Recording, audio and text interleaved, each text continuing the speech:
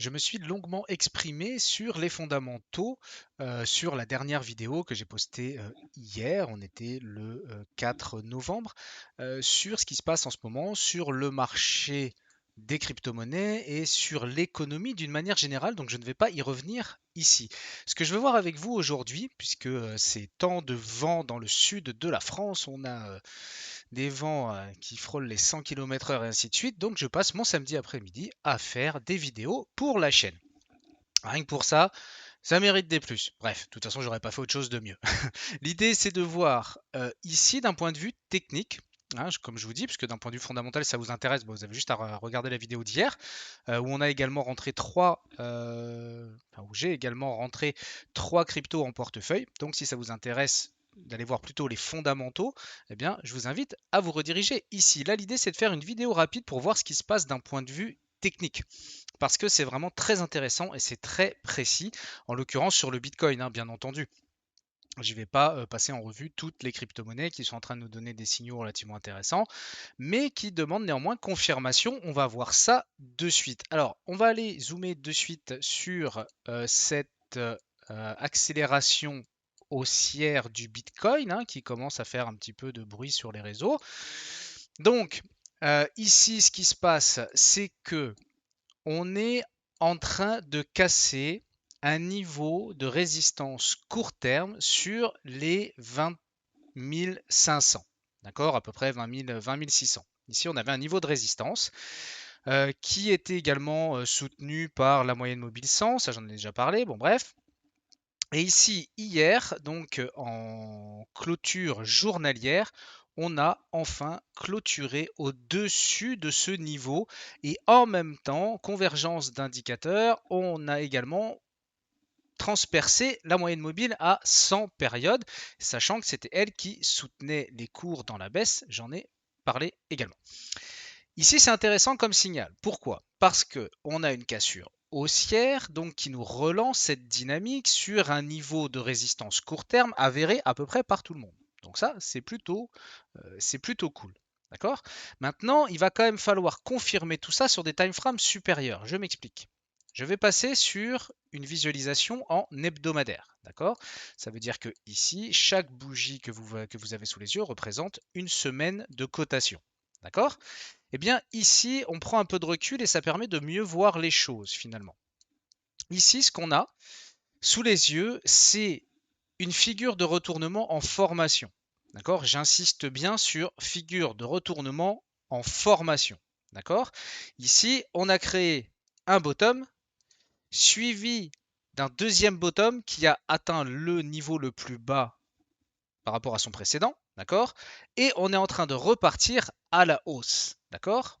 Okay, et ici, si on fait une suite logique et qu'on est réellement dans un double bottom, donc c'est une figure en double bottom, figure de retournement, eh bien la suite logique, c'est d'aller chercher le point le plus haut de la création du premier bottom, d'accord, ici qui se situe à 24 500 $ environ. D'accord?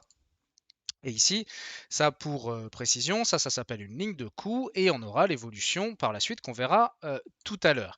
Alors, pourquoi pour l'instant on est vraiment en formation? Eh bien, c'est tout simplement parce que en journalier, on a clôturé déjà vendredi, donc hier, on a clôturé au-dessus du niveau des 20 500. Donc, en journalier, on s'est affranchi officiellement de ce niveau. Mais qu'est-ce qui reste ici? Il nous reste encore à surveiller cette clôture hebdomadaire. Pourquoi? Parce que ici, si jamais on était dans un piège à acheteurs, eh bien, on pourrait très bien imaginer que le Bitcoin se mette à redescendre ici, que la bougie présentement là sous les yeux ne clôture pas là où elle est, c'est-à-dire à peu près à 21 300 à l'heure où j'enregistre cette vidéo, et qu'on se mette à redescendre et venir clôturer en dessous des 20 500. Ça, ce serait un fort signal négatif parce que ce serait une fausse cassure, un piège à acheteurs ici.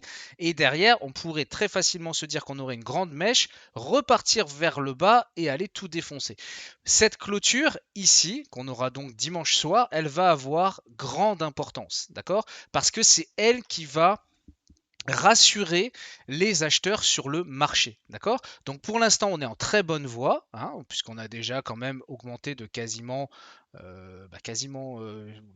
je sais pas, 1000, ouais, voilà, 700 points au-dessus de cette résistance. Donc c'est plutôt cool. Maintenant, moi perso, j'en ai déjà vu des mèches qui, en l'occurrence, vous voyez, imaginez un petit peu ici là, cette bougie-là, quand on a commencé à casser, on était rendu à 25 200, sachant qu'on avait une résistance aux environs de 24 320, d'accord? Donc on est quand même monté jusqu'à 25 188, puis en fait, en réalité, derrière, on a tout ravalé et on s'est pété la gueule parce qu'en réalité, on n'a pas réussi à la franchir, d'accord?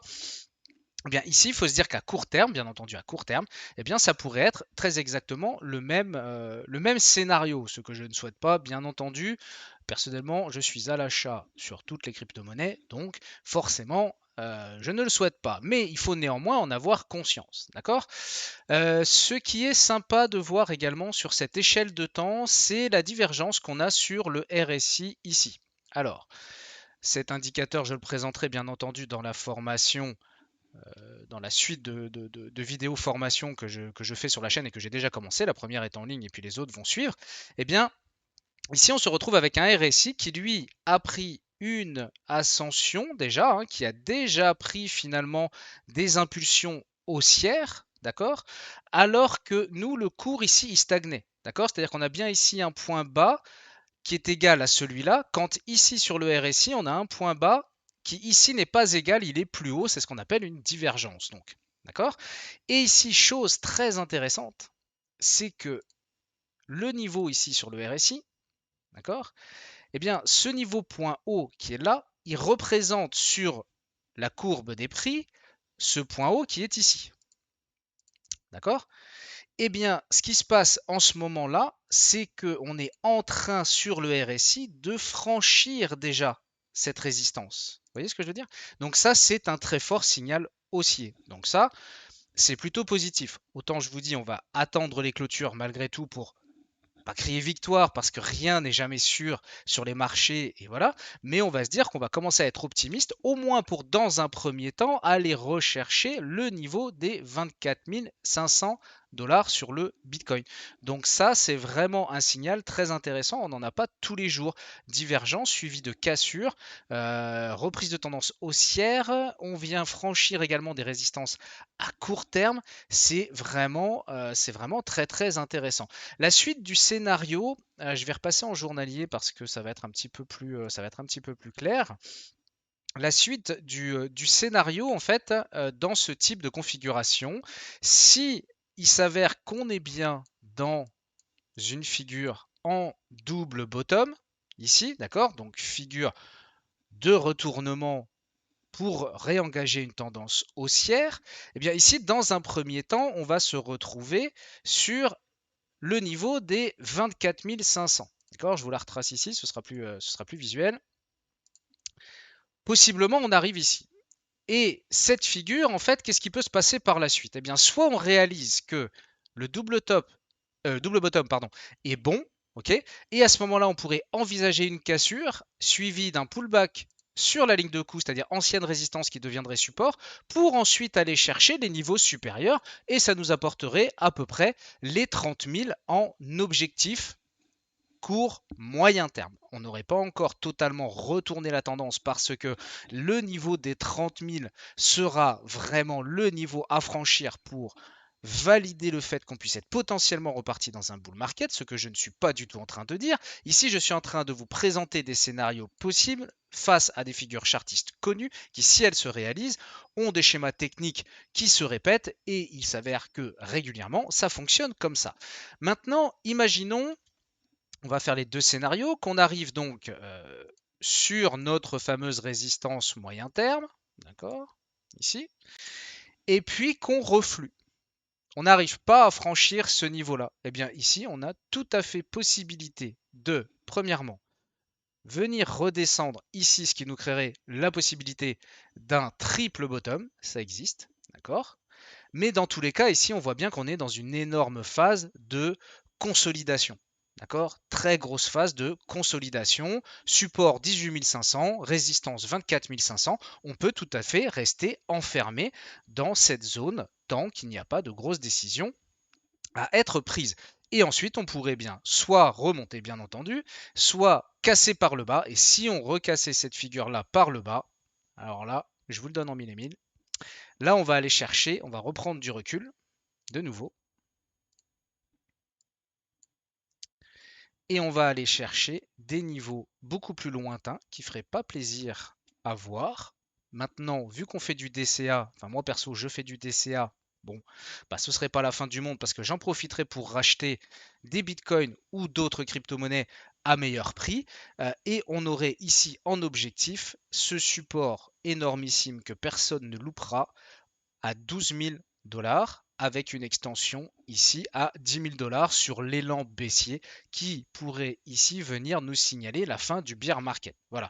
Donc effectivement, j'ai pas de boule de cristal, je ne peux pas vous donner l'avenir. Maintenant, c'est vrai que d'un point de vue technique, à moyen court terme, si demain soir on clôture ici ou au-delà, eh bien c'est vrai que c'est un signal très positif en hebdomadaire. Et je vais même être franc avec vous et je veux surtout pas vendre du rêve, c'est pas du tout la question. C'est qu'ici on pourrait même potentiellement, si le marché traditionnel et notamment le Nasdaq et ainsi de suite, et que tout ce qui est tout ce qui est basé sur des consensus économiques était relativement positif, ici ça pourrait être sujet à une bougie explosive, un peu comme on avait eu ici la semaine du 18 juillet, une semaine explosive qui nous amènerait très très rapidement aux 24 500 dollars. Voilà, c'était pour faire un petit point. J'espère que ça vous plaît. Juste un petit aparté. Vous pouvez constater ici que j'ai matérialisé sur le graphe en fait le précédent halving du Bitcoin et le halving à venir,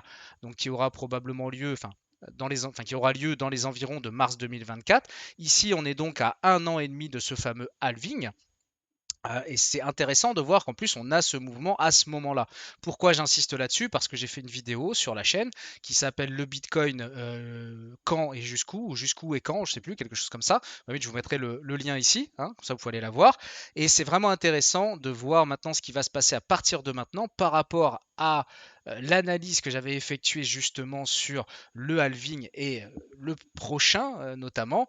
Donc ça va être intéressant de voir comment on réagit sur ces niveaux de prix-là. C'est une vidéo qui, je pense, est vraiment très intéressante à voir si vous ne l'avez pas vue.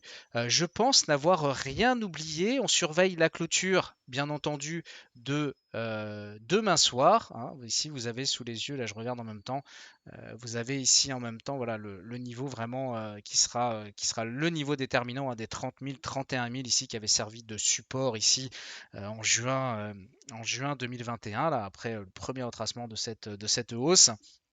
Et ici, ce sera vraiment le niveau fatidique, hein, bien entendu. Mais bon, déjà y retourner, on n'en est pas là. On va prendre les choses dans l'ordre et on va déjà voir ce qui se passe ici. Est-ce qu'on valide ce double bottom en revenant jusqu'ici avec la ligne de coup et qu'on anticipe, enfin non, on n'anticipe rien d'ailleurs, et que derrière on a possiblement cette accélération, ce serait déjà un très gros point de départ. Et pour la suite, eh bien là, on refera des scénarios, bien entendu, puisque toujours pas de boule de cristal, soit on part à la hausse, soit on repart à la baisse, on renclenche. Bref, ça, l'avenir nous le dira, mais pour l'instant, c'est ça qu'on surveille. Voilà, vidéo courte, j'espère que ça vous a plu, et notamment bien d'un point de vue technique, peut-être que bien, ça vous conforte dans ce que vous avez sous les yeux. Juste attendre cette petite validation. Voilà, ciao les amis, bonne fin de week-end.